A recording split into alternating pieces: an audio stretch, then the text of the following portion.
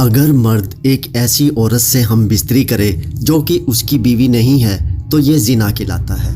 ضروری نہیں کہ ساتھ سونے کو ہی زنا کہتے ہیں، بلکہ چھونا بھی زنا کا ایک حصہ ہے، اور کسی پرائی عورت کو دیکھنا آنکھوں کا زنا ہے۔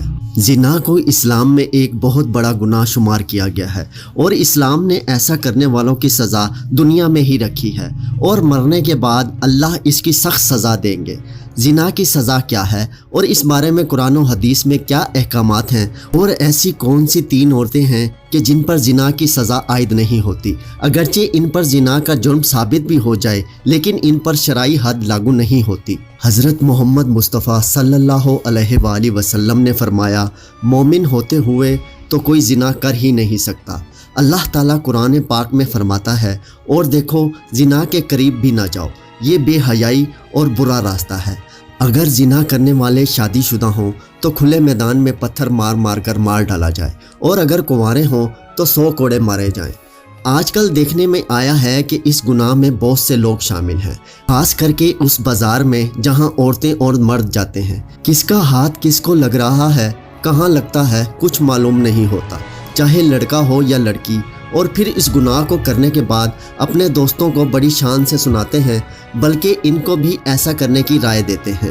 اگر کوئی اکیلے لڑکا یا لڑکی کوئی غلط کام کرتا ہے تو اس کا گناہ اس کے ماں باپ کو بھی ملتا ہے، کیونکہ انہوں نے ان کی جلد شادی نہیں کی، جس کی وجہ سے وہ غلط کام کرنے لگے، اور شادی کی عمر ہونے کے بعد بھی ماں باپ ان کی شادی نہ کریں تو اللہ ناراض ہو جاتا ہے، اور ان کے گھر کی برکت ختم ہو جاتی ہے، اور ان ماں باپ سے قیامت کے دن اللہ حساب مانگے گا۔ ایک جگہ اللہ نے قرآن پاک میں فرمایا کہ پاک دامن لڑکیاں پاک دامن لڑکوں کے لیے ہیں۔ اس کا مطلب یہ ہے کہ اگر آپ اچھے ہیں تو اللہ آپ کو بھی اچھی بیوی یا شوہر دے گا۔ زنا ایک ایسا عمل ہے جس سے نسیان، ایڈز، کینسر جیسی مضر بیماریاں پھیلتی ہیں۔ زنا سے انسان کا دل مردہ ہو جاتا ہے، جبکہ اکثر دیکھنے میں آیا ہے کہ جب دل مردہ ہو گیا تو پھر اس کے دل سے اسلام کی روشنی ختم ہو جاتی ہے، جس سے وہ ایمان سے خالی ہو جاتا ہے۔ انسان جو بھی غلط کام کرتا ہے اس کی قیمت اس کے بچوں، ماں یا بہن کو اس دنیا میں ہی ادا کرنی پڑتی ہے۔ امام شافعی رحمۃ اللہ علیہ کہتے ہیں کہ زنا ایک قرض ہے، اگر تو ایسا قرض لے گا تو تیرے گھر سے یعنی تیری بہن بیٹی سے وصول کیا جائے گا۔ اس کبیرہ گناہ کی اور بھی سزائیں ہیں، لہٰذا خود بھی اس سے بچیں اور اپنے دوستوں کو بھی بچائیں۔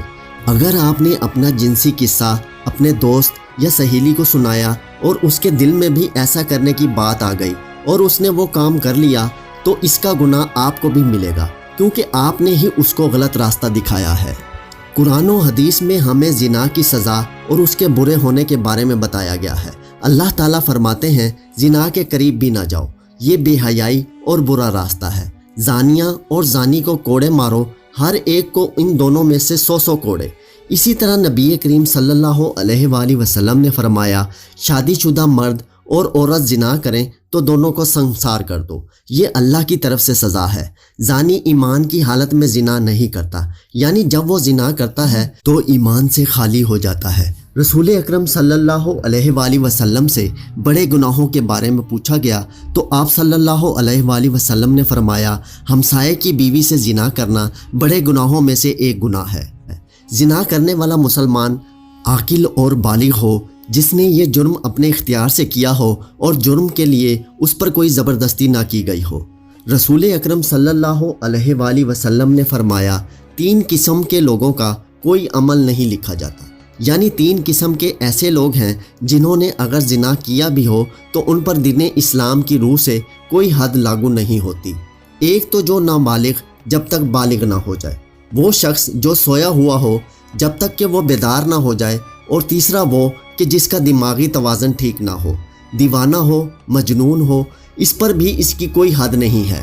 آپ صلی اللہ علیہ وآلہ وسلم نے فرمایا، میری امت کی بھول چوک اور جس چیز پر وہ مجبور کیے جائیں معاف کر دیا گیا ہے، یعنی اگر آپ سے کوئی بھول چوک ہو گئی ہے اللہ تعالیٰ آپ کو معاف فرما دیں گے، یا کسی چیز پر اگر آپ کو مجبور کیا گیا ہے تو وہ بھی اللہ تعالیٰ آپ کو معاف فرما دیں گے۔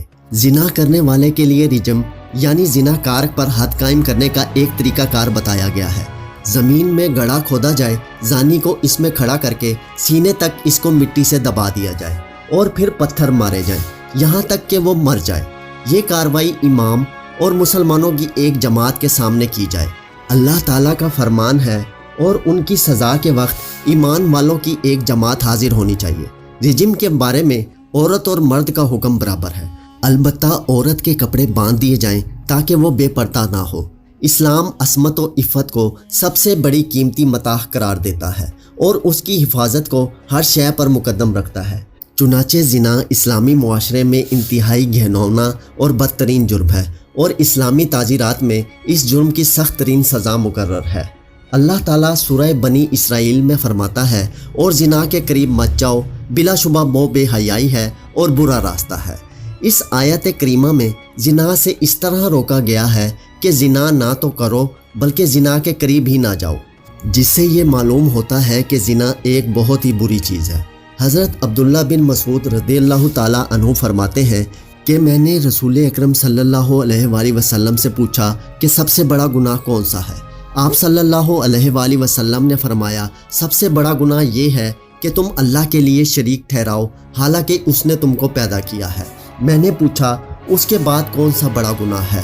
فرمایا یہ کہ تم اس خوف سے اپنے بچے کو قتل کر دو کہ وہ تمہارے ساتھ کھانا کھائے گا۔ میں نے پوچھا پھر کون سا بڑا گناہ ہے؟ آپ صلی اللہ علیہ وآلہ وسلم نے فرمایا یہ کہ تم اپنے پڑوسی کی بیوی سے زنا کرو۔